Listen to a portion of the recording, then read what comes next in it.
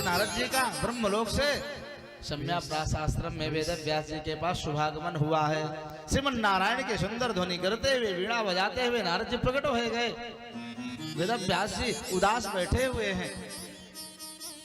नारायण नारायण की ध्वनि जो ही सुना व्यास जी ने उठ करके खड़े हुए देवर्षि नारद जी महाराज आए हैं, चरणों में अभिवादन बंदन किए हुए। नारद जी ने कहो, हे पराशर नंदन जी क्या बात है, आपका मन कुमलाया हुआ क्यों है, मन असंतुष्ट क्यों है, दुखी क्यों है आप? पाराशरय महाभाग भवता कच्चिदात्मना परितुष्यति शारीर आत्मा मानसे बवा।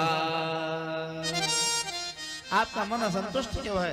आपके शरीर में कोई दुख है अथवा कारण क्या है?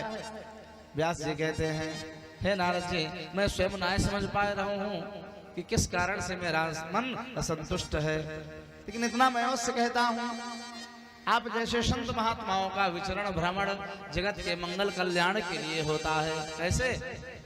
दो चीजों का उदाहरण दिया व्यास जी ने। जिस प्रकार से जगत के कल्याण के लिए सूर्य नारायण अहरनिश चलते रहते हैं, वायु देवता समस्त जीवधारियों को जीवन प्रदान करने के लिए अहरनिश बहते रहते हैं, डोलते रहते हैं वायु देवता। त्वं पर्यटन नरकैव त्रिलोकी के कल्याण के लिए जैसे वायु का और सूर्य नारायण का भ्रमण होता है, वैसे ही है देवर्षि नारद, आपका भी भ्रमण जगत के मंगल के लिए ही है। अतः कृपा करके आप ही बतावें, मेरा मन असंतुष्ट दुखी क्यों है? नारद जी कहते, हे व्यास जी, नारायण नारायण, एक चीज तो जान लो कि मानस सरोवर में रहने वाला परम सुंदर राजहंस कभी भी कीचड़ युक्त तालाब में नहीं उतरता है। ध्यान देना, नारद जी के वाक्य बड़े गूढ़ हैं, कूट हैं। मानस सरोवर का रहने वाला राजहंस कभी कीचड़ युक्त तालाब में नहीं उतरता है। कीचड़ युक्त तालाब में दो ही पक्षी मौज उड़ाते हैं। कौन कौन? एक तो बगुला, दूसरा कौवा। मछली के लोभ में यही फड़फड़ाते रहते हैं तालाब के आसपास। जो मानसरोवर का रहने वाला राजहंस है, जो मोती चुंगता है, वो तो परम दिव्य स्थिति में प्राप्त होते हैं। वैसे भगवान के परम सिद्ध संत भक्त महात्मा होते हैं। आपने जो अनेकानेक प्रकार के शास्त्रों का लेख किया है, पुराणों की रचना की है, कहीं कहीं आपने वहां पर बलि विधान कर दिया, बलि प्रथा का वर्णन किया देवी भागवत में। तो आपके ही वचन को प्रमाण मान करके कलयुगी प्राणी जीवों की हत्या करेंगे। तो अहिंसा परमो धर्मः, अहिंसा परम धर्म है। इससे तो आपका वाक्य च्युत हो गया ना। एक तरफ आप कहते हैं अहिंसा परम धर्म है, और एक तरफ आपने हिंसा का वर्णन कर दिया, तो आपके द्वारा ही आपकी बात कट रही है, विध रही है।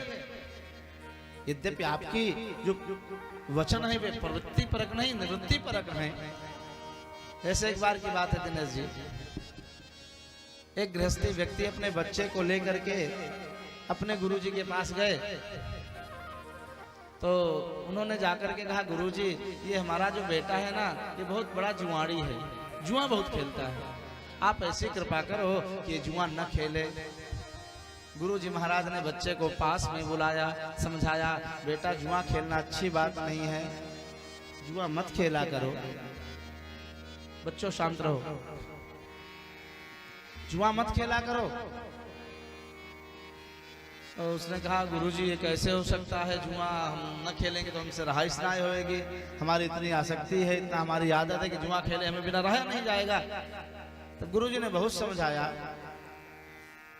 कहा, बेटा ऐसा है, अगर तुम्हें जुआ खेले बिना न रहा जाए तो तुम मुझे वचन दो, हम तुम्हें जुआ खेलने के लिए एक दिन की छूट देते हैं, बाकी 365 दिन जुआ तुम मत खेलना, एक दिवाली वाले दिन तुम जुआ खेल लिया करो। यद्यपि गुरुजी ने एक दिन जुआ खेलने की छूट दी तो वह निवृत्ति परक है, एक दिन खेलेगा, लेकिन 365 दिन तो बच गया ना। इसी प्रकार आपका जो हिंसा का वाक्य है, बलि यज्ञ विधान है, यज्ञ में वो निवृत्ति परक है। यज्ञ में अनेक प्रकार के तन मन धन लगते हैं, बहुत धन का खर्चा होता है। लोगों के पास इतना धन नहीं होगा, यज्ञ नहीं कर पाएंगे, राजसूय अश्वमेध यज्ञ आदि, तो बलि कहाँ से करेंगे। फिर भी आपने अभी तक अनेकानेक ग्रंथों का, शास्त्रों का, पुराणों का लेखन किया, लेकिन अभी तक आपने उस दिव्य प्रेम का वर्णन नहीं किया, जा प्रेम के कारण कन्हैया गोपियन के सामने थिरकने लगते थे, नृत्य करने लगते थे, नाचने लगते हैं भगवान। उस प्रेम गाथा को, शास्त्र को आपने नहीं लिखा है, वर्णन आता है नारद भक्ति सूत्र आदि में सज्जनों। गोपिकाओं के दिव्य प्रेम का वर्णन वाह नारद जी ने लिखा है। प्रेमा यथा व्रज गोपिका, प्रेम कैसा होना चाहिए, जिस प्रकार से व्रज की गोपिकाओं में श्याम सुंदर के प्रीतम के प्रति प्रेम था, वैसा प्रेम सच्चा प्रेम है। प्रेमा यथा व्रज गोपिका, कैसा प्रेम है व्रज के गोपिकाओं में श्याम सुंदर प्रीतम के प्रति। तो सज्जनों वर्णन आता है शास्त्रों में, भागवत से अलग गाथा एक आपको घटना सुनाते सच्ची। एक बार की बात है, द्वारका लीला जब चल रही थी तो कन्हैया रह रह करके राधा रानी की याद में व्याकुल हो जाते, तड़पने लगते थे श्याम सुंदर द्वारका में। अब स्वाभाविक है दिनेश जी, घर वाली सेवा करे और स्वामी जी किसी दूसरी नारी का स्मरण करें तो ये तो सोथिया डाब बड़ा भयंकर हो जाएगा। सेवा मैं करती हूँ, याद दूसरे को करते हैं। रुक्मिणी को, सत्यभामा को, मित्रविंदा, लक्ष्मणा, कालिंदी आदि को जलन होने लगती। सेवा हम करते हैं, पटरानी हम हैं, अर्धांगिनी हम हैं, ये राधा कौन है जिसका ये स्मरण करते रहते हैं। प्रभु से हाथ जोड़ करके इन राज रानियों ने पूछो, हे भगवान ये राधा कौन है, सेवा हम करती हैं, विवाह हमारा आपके साथ हुआ, आप हमारा स्मरण न करके ये राधा कौन है गोपी जिसका आप हर स्मरण करते हैं। स्मरण करना तो साधारण बात है, लेकिन आपका जो स्मरण है वो बड़ा विचित्र है। भगवान राधे के नाम से, स्मरण से रोमांचित हो जाते थे, आह्लाद में आनंद विभोर हो जाते थे। कन्हैया स्वयं भाव विभोर हो जाते राधा रानी के स्मरण करके। तो ये राधा रानी है कौन, कृपा करके मुझे बताइए। कैसा प्रेम उसके अंदर है कि आप उसका स्मरण करते हो, आप उसके लिए लालायित रहते हो मिलने के लिए। कन्हैया ने सोचा इनको ऐसे नहीं समझ में आएगी बात। भगवान ने एक लीला की और कुछ समय के अनंतर सिर दर्द का बहाना बनाया, बड़ी तेजी से मस्तक दुखने लगा। नाटक किया कन्हैया ने, नटखट है प्रभु। सेज पर लेट गए, वैद्यों को बुलाया गया। द्वारकाधीश भगवान श्री कृष्ण का सिर दर्द हो रहा है। वैद्य आए, नाड़ी देखे, कुछ अपने हिसाब से दवा आदि दिए, लेकिन कोई लाभ न हुआ। कई दिन बीत गया, दवा चल रही है, अर्निश हो रही है दवा, लेकिन कोई असर नहीं हो रहा है। कन्हैया का सिर दर्द बढ़ता ही जा रहा है।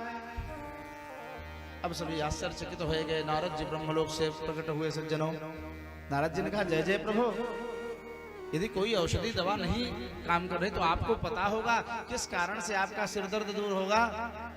तो कन्हैया ने कहा, हाँ नारद जी हम जानते हैं, लेकिन उस उपाय को कोई करे तब ना। कहा, आप बताओ, हम उपाय करेंगे। कहा, यदि कोई मेरा भक्त अपने चरण रज को दे दे और उस चरण रज को मेरे मस्तक पर लेप कर दिया जाए तो मेरा मस्तक सिर दर्द तुरंत ठीक हो जाएगा। नारद जी का तो इसमें कौन सी बड़ी बात है, अभी मैं जाकर के आपके भक्तों की रज ले आता हूं, चरण रज। नारद जी चले, अनेकानेक भक्तों के पास गए, चरण रज दे दो। किस लिए? कहा, भगवान श्री कृष्ण का सिर दुख रहा है, उनके मस्तक में लगाना है, भगवान ने मंगायो है। मेरा चरण रज भगवान के मस्तक पर लगेगा? राम राम राम, इतना बड़ा अनर्थ। अब कोई दास नौकर अपने चरण रज को मालिक के मस्तक पर लगाने के लिए स्वीकार करेगा क्या? किसी भक्त ने नारद जी की बात को नहीं मानी, चरण रज किसी ने नहीं दिया। एक से एक भक्त के पास गए नारद जी, उदास होकर के नारद जी द्वारका प्रकट हुए। प्रभु ने पूछा, ले आए चरण रज? कहा, नहीं प्रभु, किसी ने चरण रज नहीं दिया। नारद जी ने कहा, ये भक्ता आपकी जो सेवा करते हैं रुक्मिणी आदि, यदि ये भी चरण रस दे दे तो भी तो ठीक होगा। हाँ हाँ, यदि ये भी चरण रस दे दे तो भी ठीक हो जाएगा। नारद जी ने इनसे भी याचना की है, हे देवियों अपने चरण रस को दे दो, भगवान का सिरदर्द ठीक हो जाए। लेकिन रुक्मणी, लक्ष्मणा, मित्रविंदा, किसी राजरानी 16,108 जितनी भी पटरानियां थी, किसी भक्ता ने अपने चरण रज को कन्हैया के मस्तक पर लेप करने के लिए नहीं दिया। सज्जनों, अरे मैं अपने चरण रज को दे करके भगवान के मस्तक पर लगवाऊंगी तो घोर नरक में जाऊंगा, ऐसा अनर्थ मैं नहीं करूंगी। नारद जी उदास हो गए। कन्हैया ने पूछो, नारद जी ये बताओ आप ब्रजमंडल गए कि नहीं गए? नारद जी भाव विभोर हो गए, कहते हैं हे प्रभु, वे आपकी प्रेमिकाएं गोपिकाएं वैसे ही आपके विरह में तड़पती रहती हैं और आपके दुख दर्द को उनको सुना करके हम और कष्ट नहीं देना चाहते हैं। गए तो हम कई भक्तों के पास, लेकिन ब्रजमंडल में उन गोपिकाओं के पास हम नहीं गए। प्रभु ने कहा, हे नारद जी एक बार आप जाइए तो मेरी प्रेमिका गोपिकंते भी, राधा रानी ललिता विशाखा से भी चरण रज मांग करके मिल जाए तो ले आओ ना। जानते हो सज्जनों, नारद जी महाराज ब्रजमंडल में पहुंचे हैं और जो ही नारद जी आए, गोपिकाएं विवल होकर के छेंकली चारों तरफ से घेर लेती हैं। नारद जी बताओ तो सही, हमारे प्रीतम कैसे हैं, मेरे प्रभु कैसे हैं? आप सर्वत्र विचरण करते, वहां का समाचार क्या है? द्वारका में सब कुशल मंगल तो है ना? और इस प्रकार से नारद जी बड़े ही उदासी पूर्वक कहते हैं, हे गोपिकाओं मैं कैसे कहूँ, तुम्हारे प्रीतम इसमें बड़े दुख में है, कष्ट में है। सुनते ही गोपिकाएं अधीर हो गई। हाँ, हमारे प्रीतम कष्ट में दुख में है? कैसा दुख है, कैसा कष्ट है? कोई उपाय नहीं हुआ? नारद जी कहते बहुत उपाय हुए, लेकिन कोई भी उपाय काम ना कर रहे हैं, प्रभावी ना हो रहे हैं। कोई तो उपाय होगा उनका कष्ट दुख दूर होने का। कहाँ एक उपाय है, उस उपाय को कोई करना नहीं चाहता।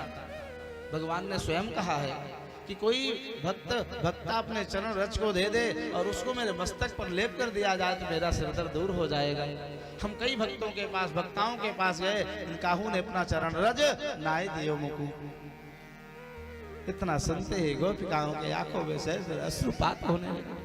क्या हमारे प्रीतम का सिर दर्द हो रहा हो? सिर रस से उनका मस्तक ठीक होगा? वर्णन है सज्जन। गोपिकाएं पत्तों को तोड़ लेती, पत्तों को तोड़ करके अपने चरण को रज में रगड़ करके और झाड़ झाड़ करके रज नारद जी के सामने प्रस्तुत करते। लीजिए मेरे प्रीतम के मस्तक पर लेप करिए, अति शीघ्र उनका दुख दूर हो जाए। नारद जी अवाक रह गए। गोपिकाओं ये तुम क्या कर रही हो? एक बार तुमने मति से बुद्धि से सोचा भी कि नहीं? चरण रस तो तुरंत दे दिया। भगवान नारायण के मस्तक पर अपने चरण को लगाओगी तो तुम्हें घोर नरक मिलेगा। नारद जी की इस बात को सुन करके गोपिकाएं रोते और कहती है, नारद जी यदि हमारे प्रीतम सुखपूर्वक रहेंगे और मुझे लाखों वर्ष भी नरक मिले तो भी मैं नरक जाना स्वीकार कर लूंगी। मेरा कन्हैया दुखी नर, ऐसी कृपा करो आप ले जाकर लगाओ। आहा, नारद जी ने उन गोपिकाओं के ऐसे प्रेम को देख करके अपने ग्रंथ में इस वाक्य को लिखा, प्रेमा यथा व्रज गोपिका। प्रेम वही दिव्य है जो प्रेम गोपिकाओं के हृदय में विराजमान है।